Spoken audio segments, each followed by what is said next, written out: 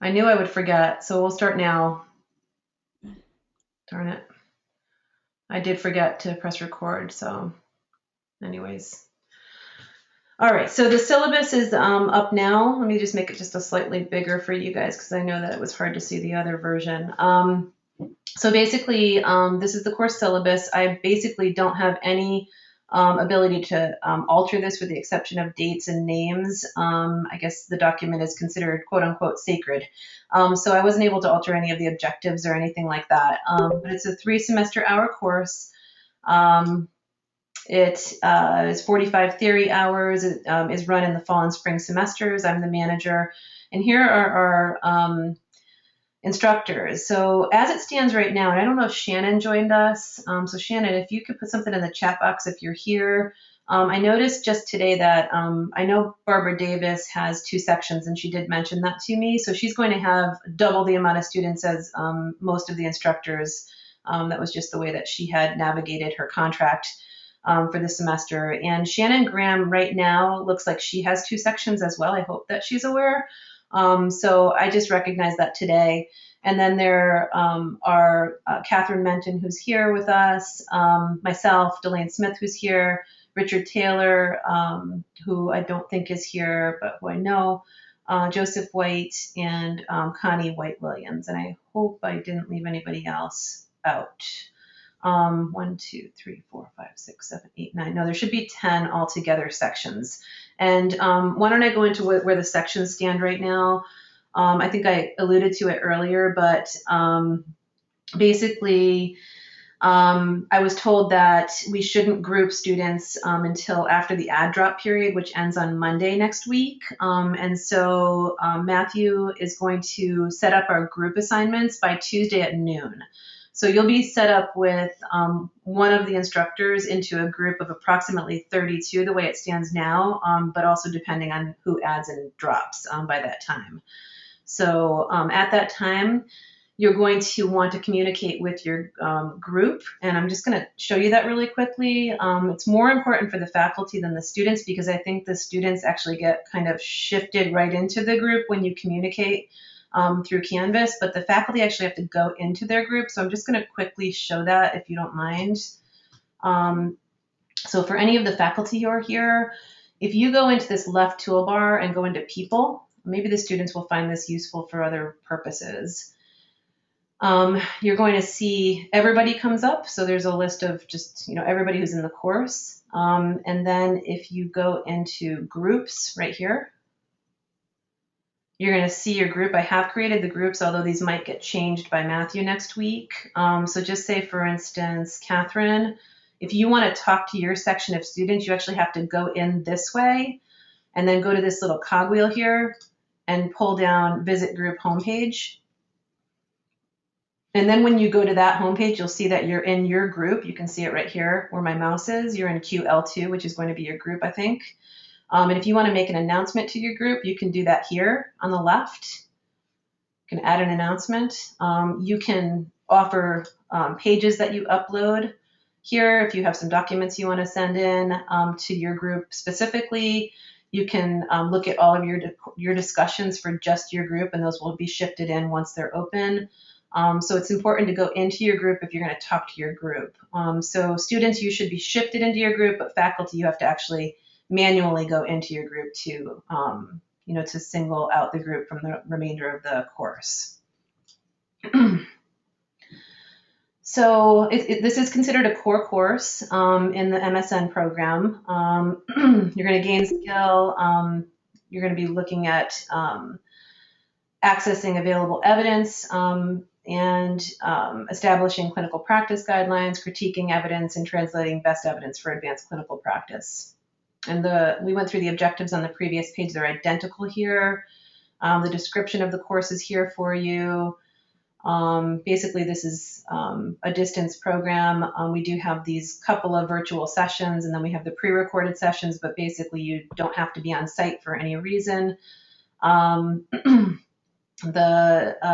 Students, I think this is a very important statement here. Students are expected to be self-directed learners.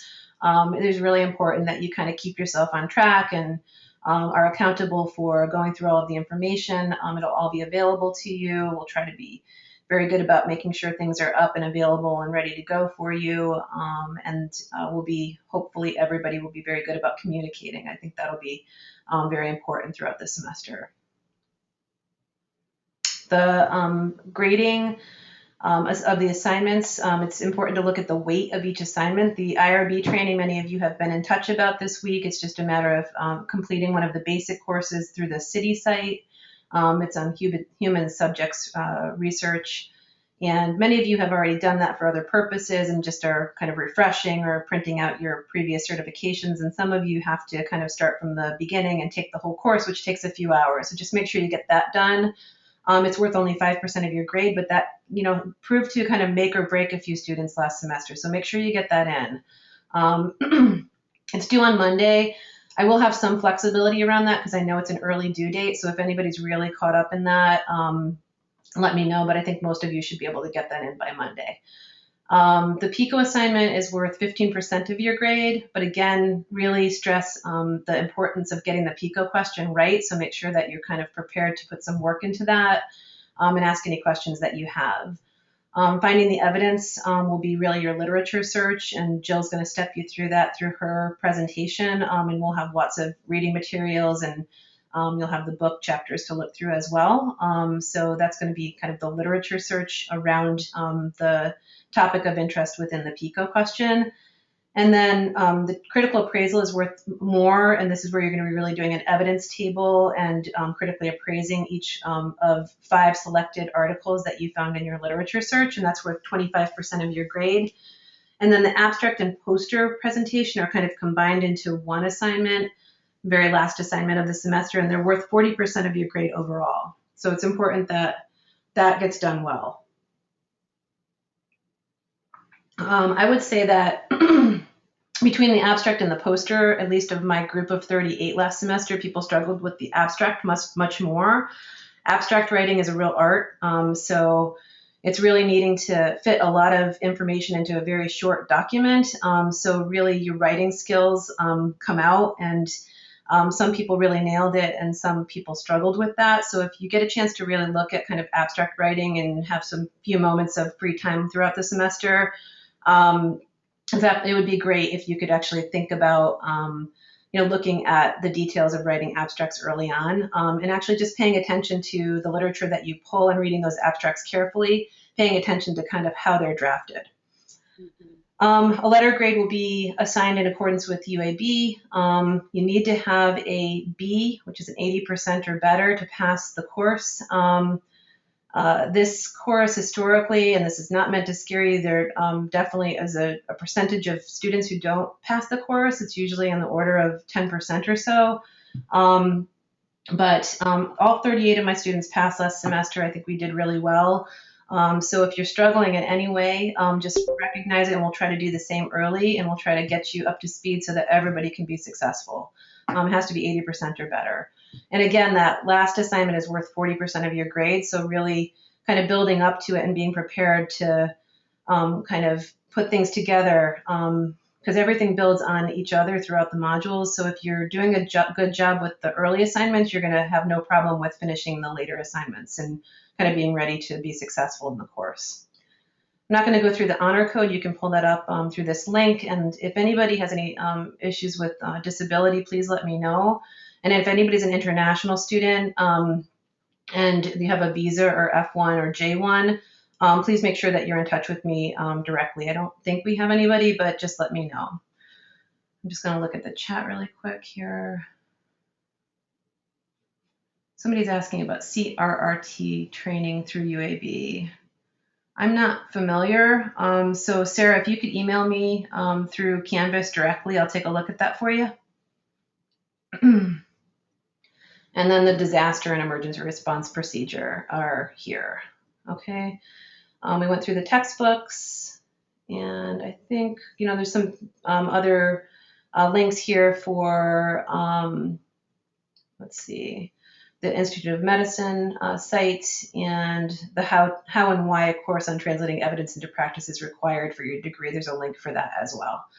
So that's really the syllabus in a nutshell. So if anybody has a question about the syllabus, feel free to ask it now through the chat box, or just be in touch with one of us, either your instructor, your section instructor next week, or me until the groups are formed. So that's that. And then last but not least, unless anybody wants to pipe in and talk about anything else in the last 19 minutes that we have, I was going to go through the topical outline and calendar with you. So this took me a long time, but I think we have it set up in a way that everybody's going to be able to keep up with, hopefully students and instructors, in terms of getting grading done, and students getting their assignments in on time. We already are into Module 0. That will end tomorrow, actually, on Friday. And working to get Module 1 open, which will definitely be open by Monday, hopefully sooner. Yes, we can definitely give you some resources on abstract writing, Stacy. It's a little early, so if you'll just remind me by email, I will send some things along and post them for you. And it looks like Jill's willing to also drum up some other documents for us or resources. All right, so Module 1 is week 2. It's just a 1-week module. So Dr. Polanchik and Dr. Roussel just recorded the audio PowerPoint for us. It's actually uploaded but not published yet. I just have to figure out why it looks a little blurry. I'm hoping that Matthew will be able to fix that before we release it to you. But this is going to be an important file for you to look through. This is really how to build your PICO question. And I will go ahead and also post Dr. Polanchik and Roussel's emails to you, so that if you have particular questions for them about the presentation, they're very happy to answer those. And also you can reach out to your instructor or to me if you need help with interpreting that. The IRB certificates, I think we're well into that, and everybody seems to be, I think we have at least 60 or 70 posted already. So I think it seems like most of the students are kind of on their way with that. So that's great. Last day to add drop again is Monday, and then after that we'll have our groups. And next week, starting on Monday, I will have the discussion board open. I'm a little nervous to have you guys, I think it says it's going to open on Monday, but I think I might actually open it on Tuesday at noon, because the group assignments aren't going to be set till then, and I don't want us all discussing and introducing ourselves to 300 people. It's going to be much more satisfying and worthwhile if we're just talking to our individual groups of 30 something. So I think I will probably open that a little later than is specified here because of that add drop period. So I will make an announcement so that everybody's aware of that. In Module 2, it's going to be 2 weeks long, weeks 3 and 4, all the way through the end of January. And I'm going to make this a little bigger for you guys. See if I can push this over. Bear with me just for a sec. When I make it too big, I can't see the whole thing. So there we go. I hope that's big enough for you. So again, we're going to be all the way through the end of January in weeks 3 and 4. The PICO assignment will be due on the 26th. All assignments are due on Mondays. And Jill is going to go ahead and record her Thought Leader Lecture Hall on how to search the literature. And then we'll have that live question and answer chat session through Canvas like I showed you, and that'll be on Thursday, January 22nd from 5 to 6. If we need longer, I'm pretty sure that we'll be able to stay a little longer. I'm hoping they'll work out. If we have problems with the chat sessions, we can always change this, but I think this might be an easier way for everybody to kind of be able to ask any questions after listening to the recorded sessions. I have a question. Sure. So just so that I'm on the same page, does this mean that my deadline for the recorded session is the 19th? Or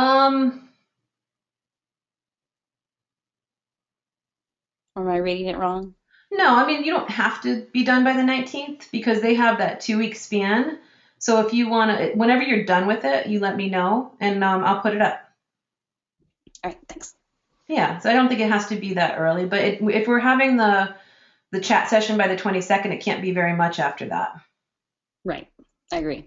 Yeah, because they have to have time to listen to it. Does that make sense? Oh yeah. It's on this to-do list I'm making. She's going to regret this. Never. No. All right. And it's going to be more clear when you're on Canvas. And if you go into assignments, you're going to see that these assignments are all linked to discussion boards. So you're going to get flipped automatically into your section's discussion board, and that's where you'll post your PICO assignment. You're going to have the option of uploading a document or actually just cutting and pasting into the assignment discussion section. So most people for the PICO question just cut and pasted their PICO question and the other dialogue that went along with it right into the discussion so that we could read it without opening a document. But if you're having trouble in any way, it's okay to upload a document as well. Great. I'm just looking at the chat for a second. Okay, great. And then we'll move on to Module 3, which is weeks 5 through 8. And during that time, the evidence assignment will be due. And we will have a similar audio PowerPoint file available where we talk about the following modules assignment, the critical appraisal.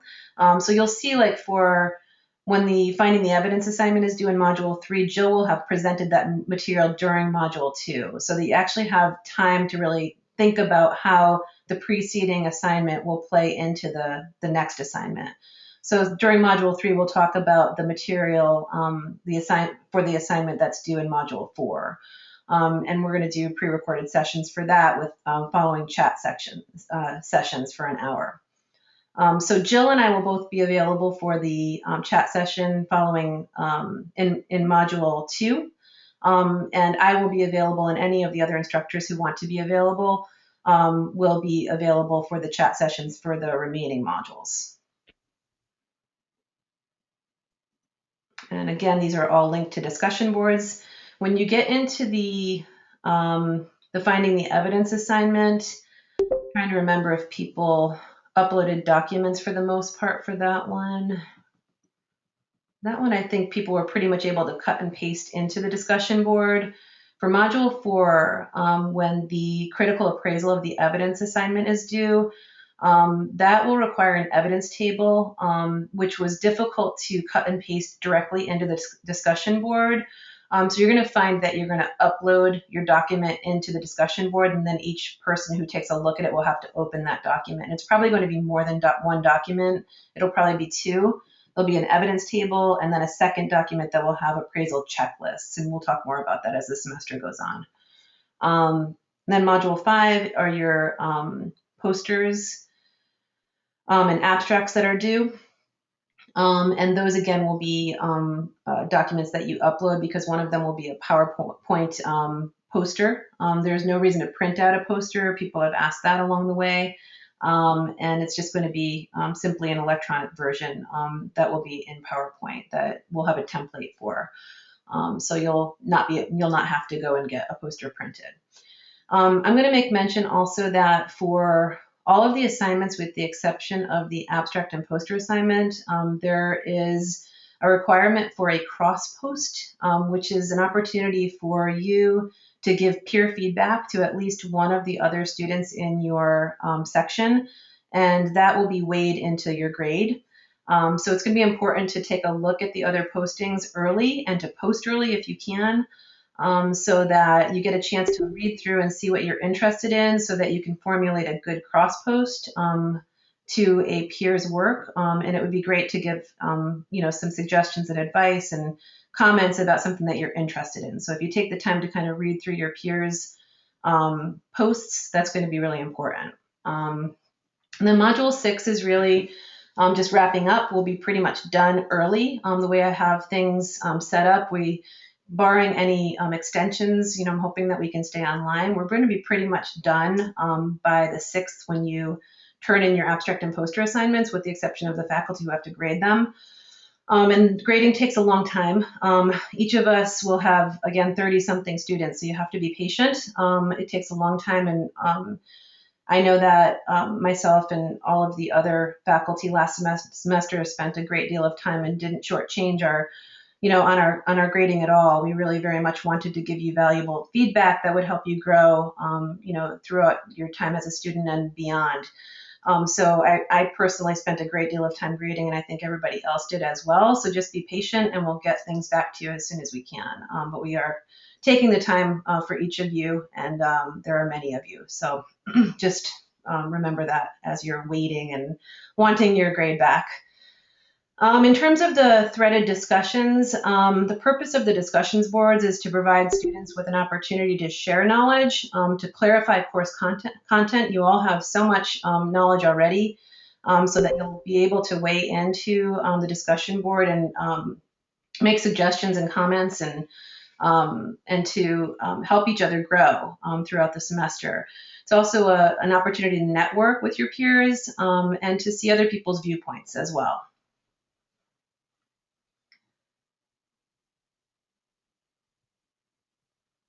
And, in terms of the outcomes, you'll prepare an initial scholarly poster, and it will be posted into the discussion forum. Again, it'll be a threaded discussion, so you'll be able to get comments from other students. Faculty don't typically weigh into the discussion boards, so that might be important information for students and faculty. When I first joined the course last semester, I wasn't sure if I was supposed to kind of comment alongside the students, and we decided that just became too complicated. It's better if the students are just talking amongst themselves. So unless something comes up where you really need to weigh in, faculty don't really need to post into the discussion boards. So in terms of your postings, it's important to always provide adequate justification and references. So if you actually offer a suggestion, it should be backed by literature, and if you need help with that, you can always ask one of us for information about how to do that. It's important to be clear and understandable. Don't use fragments, use full sentences. Watch your grammar. I did see quite a lot of grammar issues and spelling problems and other issues last semester that we were able to correct, by the end of the semester. But just always do a spell check and always reread your work. You can provide examples for ideas or responses from books, websites, other references. You can use personal experiences, but don't only use personal experiences. And encourage additional discussion by asking follow-up questions. So you're really commenting not just because you have to. You want to be able to comment and offer something meaningful that's going to add to the discussion and keep the discussion flowing. You can suggest alternate solutions. It's great if you constructively criticize and disagree.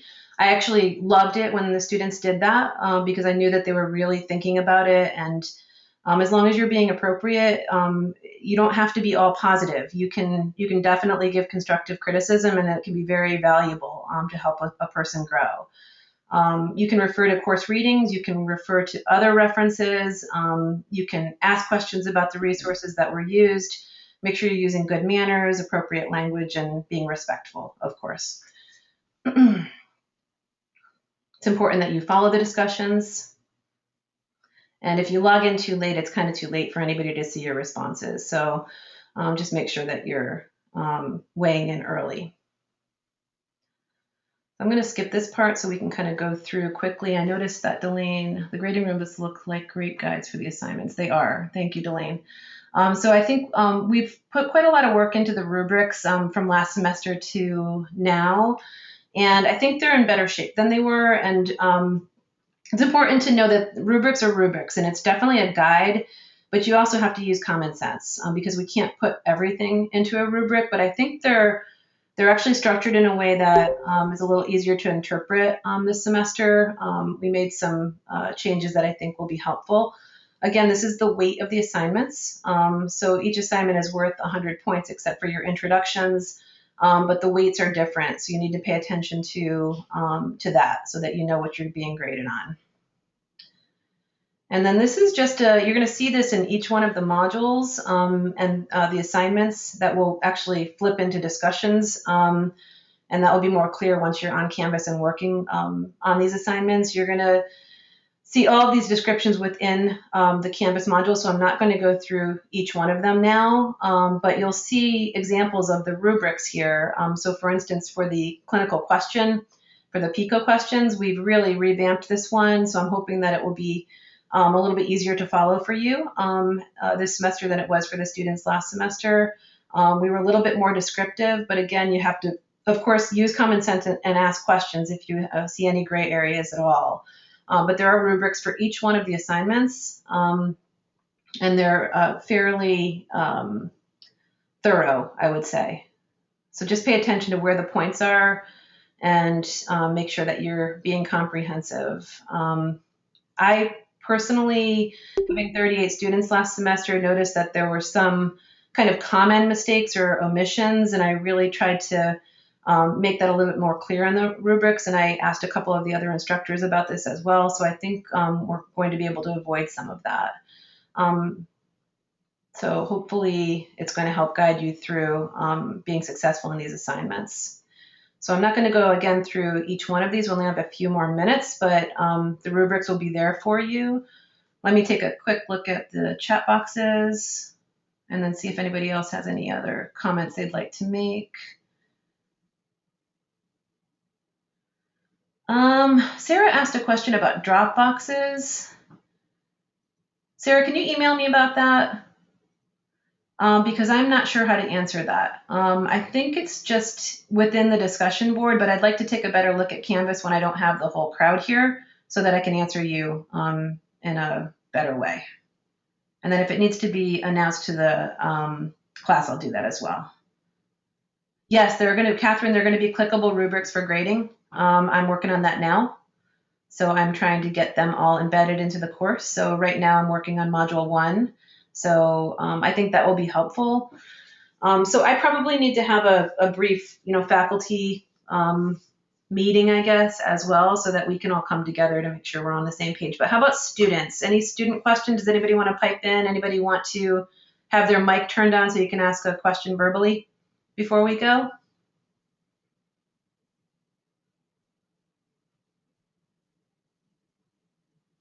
Nobody's speaking up. So, Jill, do you have any other comments? Well, maybe just to clarify one thing, just so that the students know what I'm not going to do. Okay. So, for example, I don't see grades. I don't grade.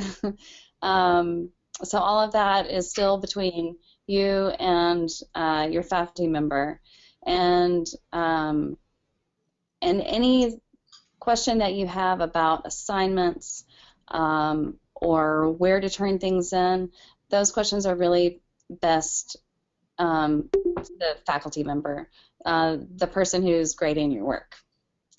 Sometimes I can help interpret assignments by reading over it with you, but I never want to give you wrong information. So it's best to always check with your professor.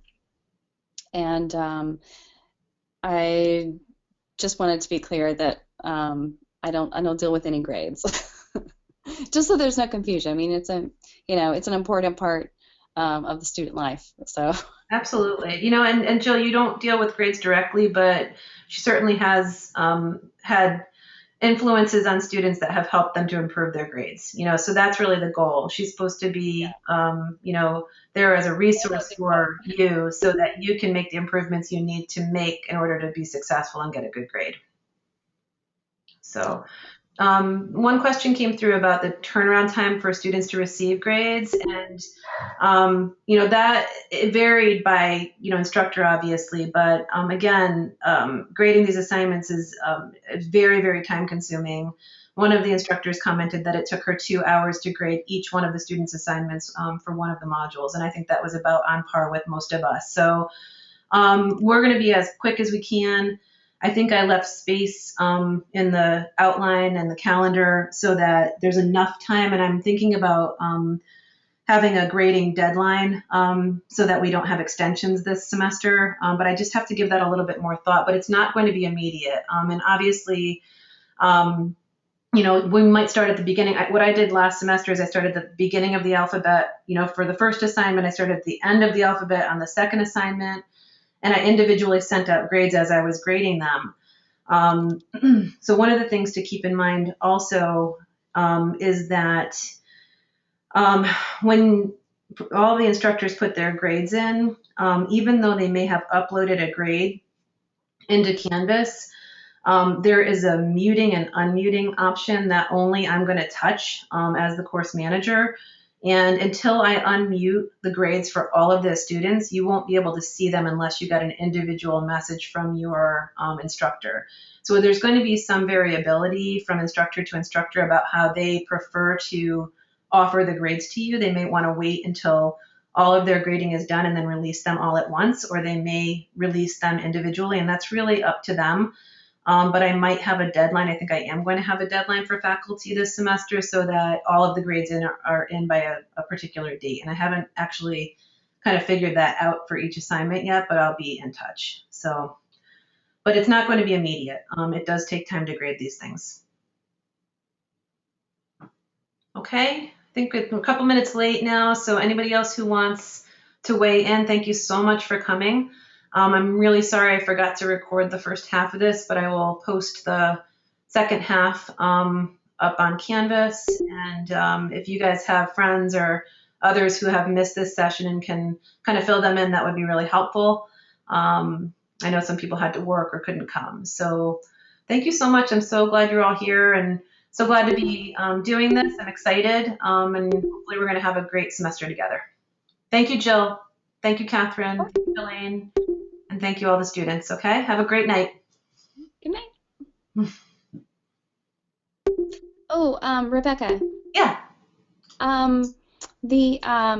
Totally up to you. But with the faculty session that you might have, yeah, I wouldn't mind hearing everybody's voice and getting like if there's anything particular idea they have that I can help with. So. Yeah. If I could be invited, I mean, I hate inviting myself, but no, I want you there. I want you there. So what I'll do is I'm going to reach out to them because there's been so much kind of new activity with who's going to be instructing this week. I couldn't even figure out who was who. But when that all gets panned out, I'm just going to send out a message to everybody and see if they want to do that. But I think there may be 2 or 3 people who are brand new, who don't have, you haven't used Canvas before, I think. Okay. I think it would be good to do something like this. So yes, it'd be great if you could come. And I'm not expecting to be there every time, but maybe just to say hello and yeah, that'd be great. All right. Thanks, you guys. Good night. Good night.